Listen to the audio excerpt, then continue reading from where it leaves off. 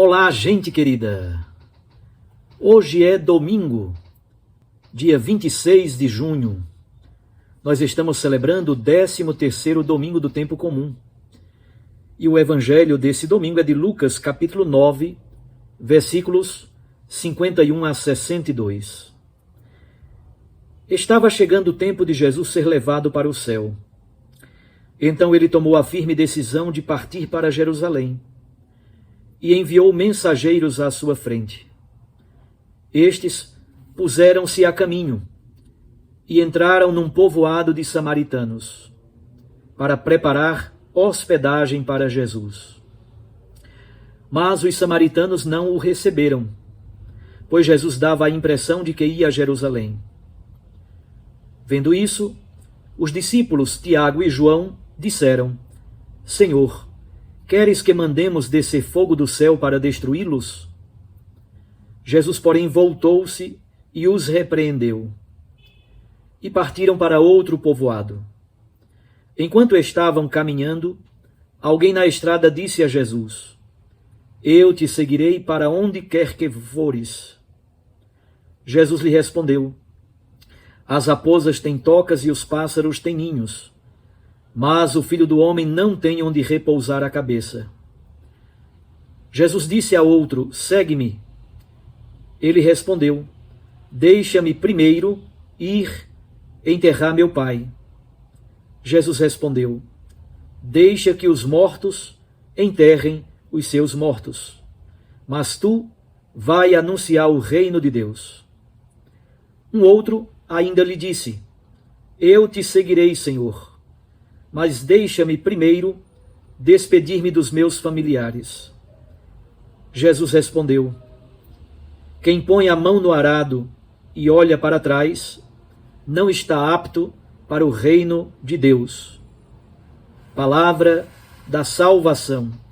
Glória a vós, Senhor. Minhas irmãs e meus irmãos, nesse 13º domingo do tempo comum, hoje nós concluímos o ano Família Amoris Laetitia, um ano inteiro de reflexão sobre a família a partir da exortação apostólica pós-sinodal Amoris Laetitia. E nesse domingo a igreja reflete sobre a liberdade da resposta ao chamado de Deus e também sobre as condições do seguimento de Jesus. Antes de tratarmos do Santo Evangelho, vamos dar uma olhadinha na primeira e na segunda leitura. A primeira leitura faz um paralelo bonito com o texto do Evangelho. 1 Reis 19 trata-se do relato da vocação de Eliseu, que é discípulo e herdeiro do profeta Elias. Elias lança um manto sobre Eliseu. O manto é símbolo do carisma profético. É como se fosse a investidura profética. Elias também oferece uma concessão a Eliseu: despedir-se dos pais. Eliseu despede-se de sua família e retorna. O arado, símbolo da vida anterior, ele o queima. Isto é símbolo da sua entrega radical ao Senhor, e se faz um banquete com a carne dos bois e se oferece a toda a sua gente daquela pequena comunidade. Numa palavra, na primeira leitura, temos a investidura profética de Eliseu a partir do apelo do profeta Elias. Ele não tem plena liberdade, como será exigido no Evangelho, mas ele ainda pede uma concessão de despedir-se dos seus pais. Depois, ele faz uma espécie de banquete de despedida, e todos da sua comunidade comem carne assada ao fogo, feito com a madeira do arado que ele utilizava.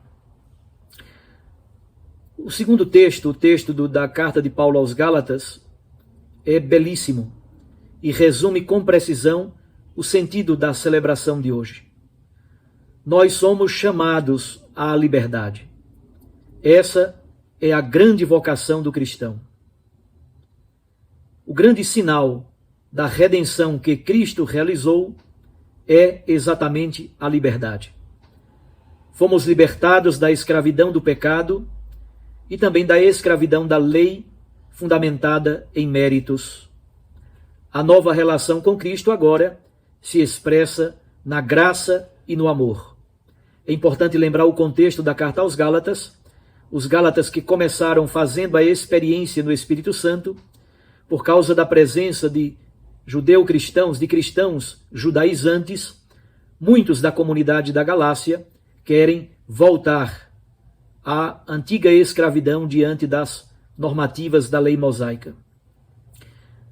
Os Gálatas, portanto, sentem a tentação de retornar à escravidão da idolatria, à escravidão da carne e à escravidão de uma justiça fundada na lei e nas práticas exteriores. São Paulo então nos diz: o verdadeiro discípulo de Cristo é livre. Quem conquistou para nós essa liberdade foi exatamente a morte redentora de Cristo na cruz. E no Espírito Santo, o cristão opta pelo reino de Deus e vive a alegria do seu seguimento. A liberdade é a grande vocação, porque essa liberdade não é absolutamente mérito de cada um de nós, muito menos uma conquista, mas em primeiro lugar, a liberdade é dom e graça que Cristo nos oferece. Olhemos agora o texto do Santo Evangelho, Lucas 9, de 51 a 62. Começa a longa viagem de Jesus a Jerusalém. No Evangelho de Lucas, São Lucas oferece 10 capítulos para narrar esta subida, esta viagem, Jesus a caminho. É interessante notar que o Evangelho de Mateus oferece apenas 2 capítulos e o Evangelho de Marcos oferece apenas 1 capítulo.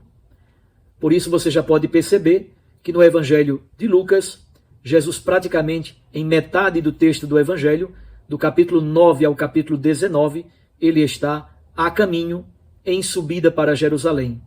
É uma subida física, trata-se de fato de uma viagem, mas é também uma subida teológica, tem a ver com a cruz e a elevação para a ressurreição. Portanto, é um caminho geográfico, mas é também um caminho psicológico, espiritual e teológico. No texto de hoje, uma comunidade de samaritanos rejeita Jesus. A rejeição dos samaritanos é uma espécie de antecipação daquilo que acontecerá plenamente em Jerusalém. Tiago e João reagem ou querem reagir com violência. Tiago e João ainda não compreenderam a lógica do poder de Jesus. A lógica do poder de Jesus é doação da vida, é oblação, é serviço, é entrega da existência pela vida do mundo. Depois, na segunda parte do Evangelho de hoje, há 3 cenas. 2 se aproximam de Jesus e querem segui-lo. Há um outro, é o próprio Jesus que toma a iniciativa de chamá-lo. Podemos logo perceber, para o seguimento de Jesus é preciso liberdade, é necessário renúncia, despreendimento. Despreendimento diante de quê? Primeiro, despreendimento e renúncia diante dos bens materiais. Jesus diz: o Filho do Homem não tem onde reclinar a cabeça. Segundo, renúncia e despreendimento, liberdade absoluta diante dos laços afetivos, especialmente da família. Jesus diz: deixa que os mortos enterrem os seus mortos. Veja que Jesus é muito mais radical do que Elias. Elias permitiu a Eliseu e despedir-se dos seus pais. Jesus é muito mais radical ao dizer: deixa que os mortos sepultem os seus mortos. Isto é, aqueles que não o conhecem, aqueles que não fizeram a experiência do reino, são os mortos, entre aspas. Terceiro, a plena liberdade diante de si mesmo, a renúncia e a oblação da própria existência.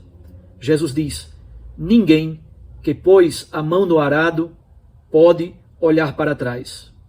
Se o fizer, não é apto para o reino de Deus. Vejam, meus irmãos, minhas irmãs, como é bonito e como tem um fio condutor na liturgia desse domingo. É uma liturgia profundamente vocacional, uma liturgia muito marcada pelo seguimento de Cristo, mas ao mesmo tempo marcado pela renúncia e pela liberdade.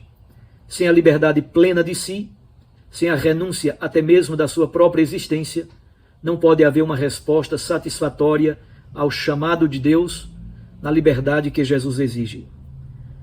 Nós poderíamos dizer, concluindo, nós somos homens e mulheres a caminho, em movimento, sempre na direção da cruz e da vida nova em Cristo Jesus. Esta liberdade de Deus encontre em nós uma resposta livre, madura e plena. Desejo a você que você consiga dar a sua resposta ao apelo de Cristo, que todos os dias passa em nossa vida e nos chama quando o olhar de Cristo se entrecruza com o nosso e quando acontece o chamado, ele espera de nós essa liberdade bonita para oferecer a nossa vida, os nossos dons, o nosso conhecimento, tudo aquilo que somos e temos, tudo é de Deus para o serviço dos irmãos, a edificação da comunidade. Um abraço a você. Fique com Deus e com sua Mãe Maria Santíssima. Eu os abençoo em nome do Pai e do Filho e do Espírito Santo. Amém.